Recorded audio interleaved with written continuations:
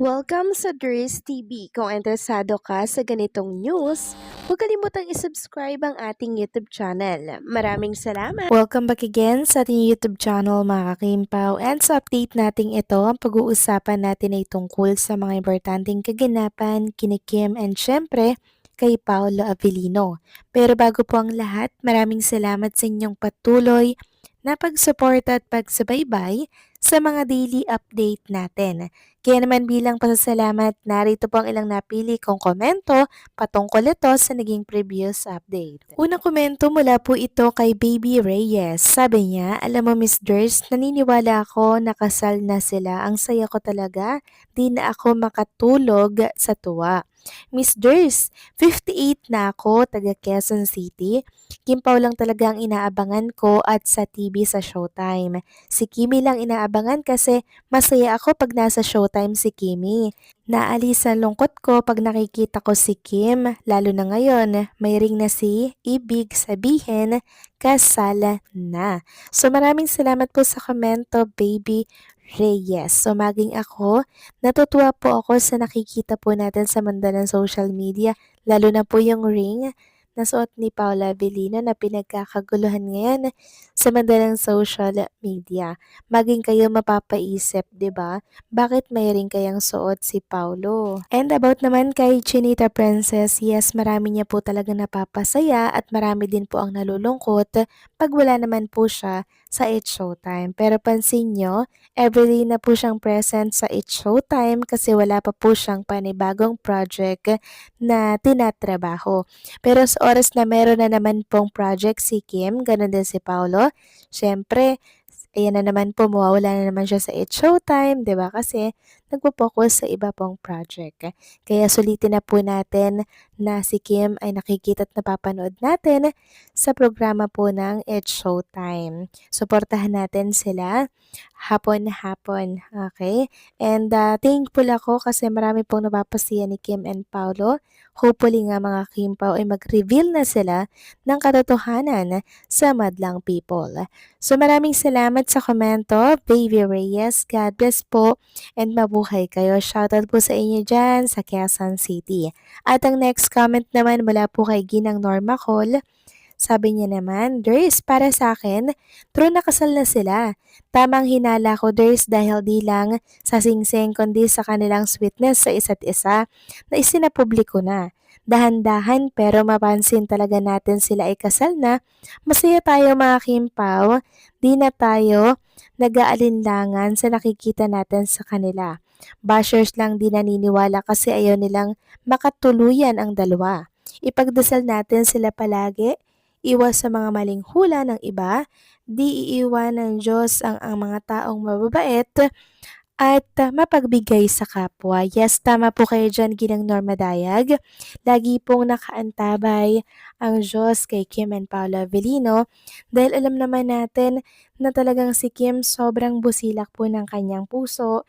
Napakabuti po niya kaya hindi po talaga siya papabayaan ng Panginoon. And tama po kayo dyan, dinadahan-dahan na po tayo ni Kim and Paula Avellino kung ano man ang meron sa kanilang dalawa, 'di ba? Private sila, pero hindi po secrets. Dahil hindi naman po nila tinatago yung feelings nila sa isa't isa, hindi po ba? About naman sa mga bashers na ayaw po magkatuluyan si Kim and Paula Avellino, hindi po silang masusunod. Bagos ang may mga katawan. Si Kim and Paula Avellino ang masusunod sa mga desisyon po nila sa buhay. Kaya kahit anong sabihin ng mga bashers, wala po silang magagawa doon. So maraming salamat sa komento, Ginang Norma Cole, God bless po at mabuhay kayo. So ito na nga, pag-usapan na natin ang mga balita po na nakalap natin. Sa hapong ito, tunahin na nga natin pag-usapan ang trending pa rin ngayon sa mundo ng social media. Walang iba kundi po ang ring pa rin ni Paula Avellino. Sabi nga po ni Jem Esteron Karingal, Papi! Tapos may ring kayo dyan na nakita. So grabe mga kakimpaw, maging ako hindi rin ako makapaniwala sa lumalabas po sa mundo ng social media. Grabe, anong ibig sabihin nito? Kaya po kinakalampag nila si Paula Avellino, Paulo, anong ibig sabihin nito? What do you mean? Kasal na ba kayo talaga ni Chinita Princess sa ibang bansa? Ngayon po yung mga katanungan po nila na siyang nakakilig, sobrang nakaka-happy. and hopefully linawin nga po ni Paolo Abilino at sagutin ang tungkol dito. At sa mga naiinip naman po kay Kim and Paolo Abilino na mapanood po sa Free TV, sa Prime Video, or sa iba pang social media platform, pwede nyo pong balik-balikan ang The Alibay mga kakimpaw sa Prime Video PH para hindi po kayo mainip and also malungkot dahil wala po tayong napapanood na project ni Kim and Paolo Abilino. Hindi ko pa kasi sure kung kailang month sisimulan yung mga project ni Kim and Paolo individual and yung together nilang project. Kaya hanggat wala pa po, panoorin natin yung mga project ni Kim and Paolo Abilino na pinalabas na noon para alis po stress natin and syempre malibang din po tayo. Okay? Tulad po ng ginagawa ni Ting, nagbebenta ng The Alibay sa Prime Video. Kaya sabi po ni Ching, I am a silent super avid Kim Pao lover at 76. I do love them so much and like you always in my prayers. Wala lang, just to let you know, marami tayong praying for them and loving them so much. Yes, wala namang masama mga kakimpo kung maraming ipinagdarasal natin kay Kim and Paolo Abilino dahil alam kong lahat yan ay sasagutin basta sama-sama lamang tayong magdasal na mga gusto nating mangyari kay Kim and Paolo Abilino. Samantalang next topic naman tayo, pag-usapan natin ang tungkol naman dito sa naging Instagram story ni Paolo Abilino na pinagkakaguluhan ngayon sa mundo ng social media. Ano po ba yung naging Instagram story na yan ni Paolo Abilino? So, eto po yan mga kakimpaw, parang mga lens ata to ng camera para mas maganda po yung mga kuha ng mga isushoot nila ng mga eksena, ganyan. So, sabi po sa caption, excited to try out this 10mm up lens, AF lens. So, ayan, MG Lightings. So, dun ata binili mga kakimpaw.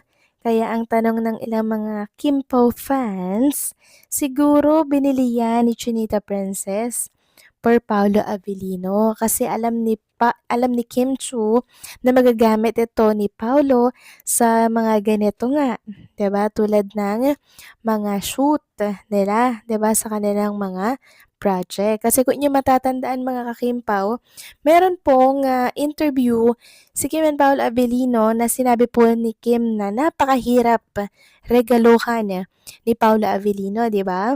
Kaya kung siya ay magreregalo, yun talagang magagamit ni Paolo Abilino. And etong mga lens na to, for sure talagang magagamit to ni Paolo Abilino. Kasi si Paolo po, gusto niya talagang magiging kapaki-pakinabang yung mga ireregalo sa kanya or yung ireregalo niya, vice versa. So nakakatuwa po yung ganitong personality ni Paolo Abilino, mga kakimpaw, no? Parang napaka-practical niya lang po sa buhay na which is tama nga naman. So, nakakakilig lang, di ba mga kakimpaw, na ganito po yung kapartner mo or yung iyong asawa, hindi po ba? Kaya naman kilig na kilig ang mga Kimpaw fans kasi nga po mga kakimpaw dahil iniisip nila na regalo to ni Chinita Princess kay Paulo. So, sino man ang hindi kikiligin nun? Sila po ay give and take relationship. Mahilig si Paulo magregalo, ganon din si Chinita Princess. Pero syempre, kailangan niya talagang pag-isipan kung ano ba talaga yung ireregalo niya kay Paulo dahil itong si Paulo sobrang pihikan. So kayo ba mga kakimpaw, ano po ang masasabi ninyo dito? Please comment down below and syempre, don't forget to like, share, comment, and subscribe.